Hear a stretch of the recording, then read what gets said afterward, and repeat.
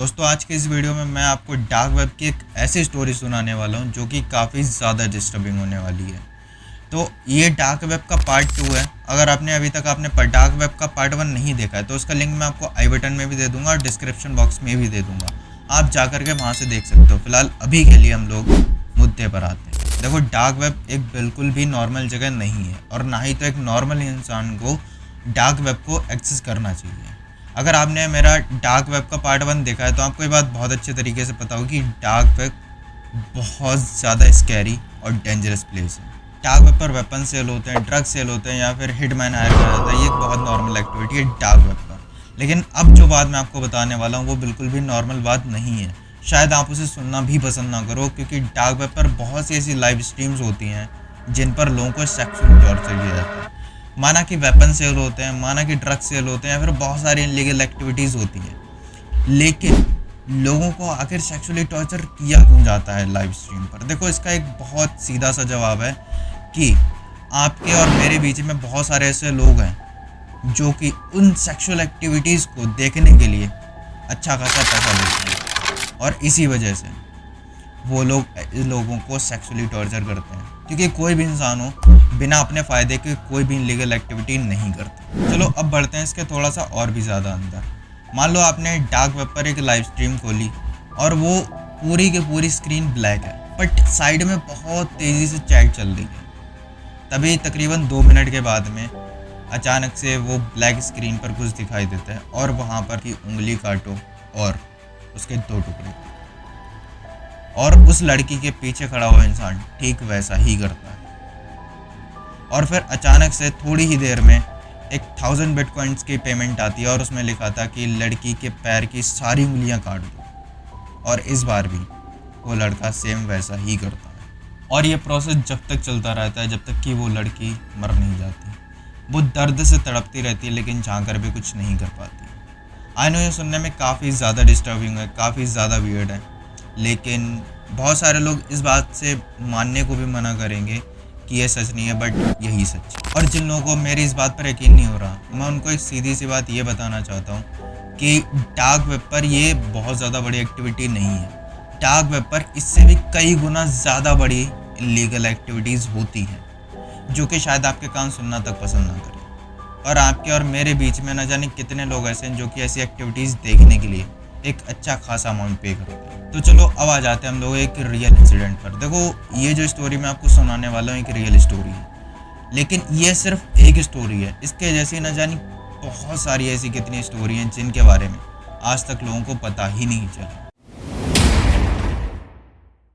कहानी है एक रसल नाम के लड़के की जो कि डेली बेसिस पर डार्क वेब को ऐसे स्क्रॉल करता रहता था, और डेली बेसिस पर उसके ब्राउज़र पे बहुत सारी ऐसी साइट्स आती थी जिन पर वेपन सेल होते थे, ड्रग्स सेल होते थे, इवन ह्यूमन तक सेल होते थे। देखो, ऐसी वेबसाइट्स को देखने के बाद में एक नॉर्मल इंसान काफ़ी ज़्यादा पैनिक हो सकता है, बट रसल के साथ में ऐसा बिल्कुल भी नहीं था। रसल इन सारी वेबसाइट्स को देखने के बाद में और भी काफ़ी ज़्यादा एक्साइटेड हो गया और ये सोचने लगा क्या उसके पास में कुछ ऐसा है जिसे वो सेल आउट करके एक अच्छा प्रॉफिट कमा सकता है। उसके बाद में उसने अपने घर में काफ़ी ढूंढने की कोशिश करी, बट उसे ऐसा कुछ भी नहीं मिला जो कि वो सेल आउट करके एक अच्छा पैसा कमा सकता और सामने वाला इंसान उस चीज़ को ख़रीदने के बाद में काफ़ी खुश भी हो पाता।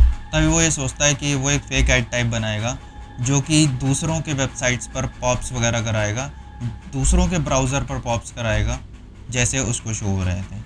वो ये सोच रहा था डार्क वेब पर उसके ही जैसे कुछ सेंस ऑफ ह्यूमर वाले लोग हैं जिनसे वो एक नॉर्मली मजाक कर सकता है। तो जो अब मैं बोलने वाला हूँ वो काफ़ी ज़्यादा वियर्ड होने वाला है, तो अच्छा होगा हम लोगों के लिए कि आप अपने कान में ईयरफोन्स वगैरह डाल लो। उसने जोक जोक में एक वेबसाइट बनाई जिसमें अपने नट्स की, अपने बॉल्स की पिक्चर क्लिक करके उसे सेल आउट करने की कोशिश करने लगा एडवर्टीज़मेंट के थ्रू। आई नो ये चीज़ सुनने में काफ़ी ज़्यादा वल्गर है क्योंकि ये बिल्कुल भी एक नॉर्मल बात नहीं है। असल को ये चीज़ लग रही थी कि ये डार्क वेब पर एक काफ़ी ज़्यादा नॉर्मल एक्टिविटी है, क्योंकि वो ये बात बहुत अच्छे तरीके से जानता था कि डार्क वेब पर इससे कई गुना ज़्यादा, हज़ारों गुना ज़्यादा बड़ी बड़ी इनलीगल एक्टिविटीज़ होती हैं। तो वो ये जो कुछ भी कर रहा था वो उन सारी बातों को एक मजाक में ले जा रहा था। और फिर उसके बाद इसने 8 से 10 दिन तक डार्क वेब को खोला तक नहीं। फिर अचानक से उसने एक दिन में डार्क वेब पर खोला और उसने अपनी एडवर्टीज़मेंट पर देखा कि एक इंसान के रिप्लाई आया हुआ है। उसमें इंग्लिश में लिखा हुआ था, मैं आपको हिंदी में बता देता हूँ उस पर्सन ने लिखा हुआ था कि क्या आप शिपिंग और हैंडलिंग भी प्रोवाइड करते हो। रसल को लग रहा था कि उसको उसके ही जैसे सेंस ऑफ ह्यूमर वाला इंसान मिल गया है जो कि उसके साथ में उसी की तरह मजाक कर रहा है।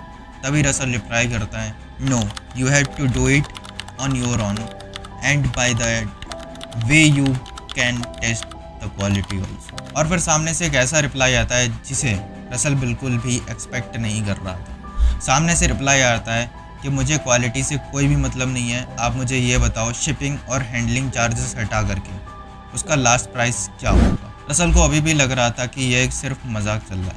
तभी रसल रिप्लाई कर देता है कि अमाउंट चाहे आप जो मर्जी पे कर देना। तभी सामने से रिप्लाई आता है, okay I am coming to meet you soon. Russell बिल्कुल रिलैक्स था, उसको लग रहा था कि यह सिर्फ एक मजाक चल रहा है।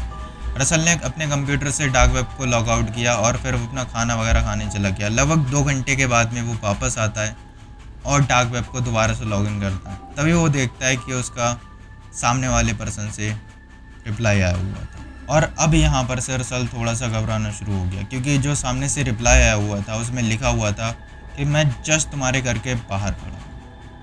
मैंने तुम्हारी बिज़नेस एड्रेस ढूंढने की काफ़ी ज़्यादा कोशिश की बट मुझे तुम्हारा बिज़नेस एड्रेस नहीं मिला, इसलिए मैं तुम्हारे पर्सनल एड्रेस को फॉलो करते हुए यहाँ पर आ गया। तुम्हें कोई प्रॉब्लम तो नहीं इस बात से।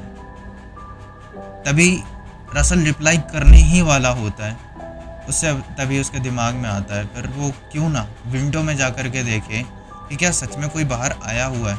जैसे ही वो विंडो की तरफ जाता है और बाहर की ओर देखता है तो देखता है एक पूरी ब्लैक मैट कार खड़ी हुई थी जो कि उसने आज तक अपने एरिया में तक नहीं देखी थी। तभी रसल के फ़ोन में एक नोटिफिकेशन आता है जिसमें दिखाई दे रहा था कि उसके अकाउंट में $420.69 ट्रांसफ़र कर दिए गए। तभी सामने से रिप्लाई आता है कि मुझे तुम्हारा बिजनेस अकाउंट भी नहीं मिला लाइक योर एड्रेस, इसलिए मैंने तुम्हारे पर्सनल बैंक अकाउंट पर ही मनी ट्रांसफ़र कर दिया। तभी सामने से रिप्लाई आता है कि I hope the organs are ready to pick up. अगर नहीं तो फिर आपने शिपिंग एंड हैंडलिंग का डिसीजन तो पहले ही मेरे हाथ में रख दिया था। I can do that by myself. यह मैसेज पढ़ने के बाद रसल काफ़ी ज़्यादा घबरा गया था। काफ़ी टाइम उसने खुद को काम करने के बाद में उसको रिप्लाई किया कि मैंने कुछ दिनों पहले डार्क वेब को सर्व करना शुरू किया और मुझे इस तरह की काफ़ी सारी एड्स दिखाई दी, तो मैंने सोचा क्यों ना मैं एक ऐसी ऐड बना के प्रैंक करूं और इसी वजह से मैंने अपने टेस्टिकल्स की फ़ोटो क्लिक करके डार्क वेब पर सेल आउट करने की कोशिश करने लगा। देन रसल ने उसको एक्सप्लेन किया ये सब मेरे साइड से एक मजाक था, अगर आपके लिए पॉसिबल हो सकता है तो आप मुझे अपनी बैंक डिटेल्स तो मैं आपका सारा अमाउंट आपको वापस कर दूंगा, इवन आपका जो भी आने जाने का खर्चा होगा वो सारा मैं आपको वापस कर दूंगा। बट सामने से एक काफ़ी ज़्यादा एंग्री टाइप रिप्लाई आता है जिसमें लिखा था कि मैं पर्सनली 2 घंटे लगा के फ़्लाइट करके यहाँ तक आया हूँ और तुम कह रहे हो कि यह सिर्फ एक मजाक था पर तुम्हें अब ये करना ही होगा। देन रसल काफ़ी ज़्यादा समझाने की कोशिश करता है, फिर सामने वाला पर्सन एक एग्रीमेंट पर पहुँचता है, चलो ठीक है तुम मुझे आने जाने का सारा खर्चा दे दो और मुझे टेस्टिकल्स की वो कीमत दे दो जो कि करंट अभी डार्क वेब पर चल रही है, ना कि वो जो मैंने तुम्हें दी। अब रसल के सामने सिर्फ 2 रास्ते थे, या तो पुलिस में जाकर के सारी चीज़ समझाता या तो फिर वो सामने वाले पर्सन से कॉम्प्रोमाइज़ कर लेता और रसल ने कॉम्प्रोमाइज़ ही किया।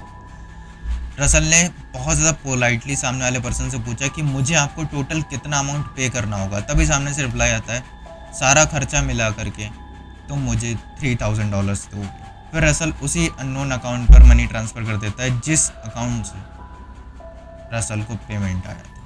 पैसे को लेकर के रसल को कोई प्रॉब्लम नहीं आई क्योंकि वो ऑलरेडी कुछ इलीगल एक्टिविटीज़ में इन्वॉल्व था। फिलहाल यही था आज की वीडियो में। आई होप आपको वीडियो पसंद आई। अगर वीडियो पसंद आई तो वीडियो को लाइक करना, शेयर करना अपने दोस्तों के साथ में और चैनल को सब्सक्राइब जरूर से कर लेना और कमेंट सेक्शन में मुझे ज़रूर बताना क्या आपने डार्क वेब के बारे में इससे पहले कभी सुना था। फिलहाल मैं आपसे मिलता हूँ नेक्स्ट वीडियो, जब तक के लिए गुड बाय।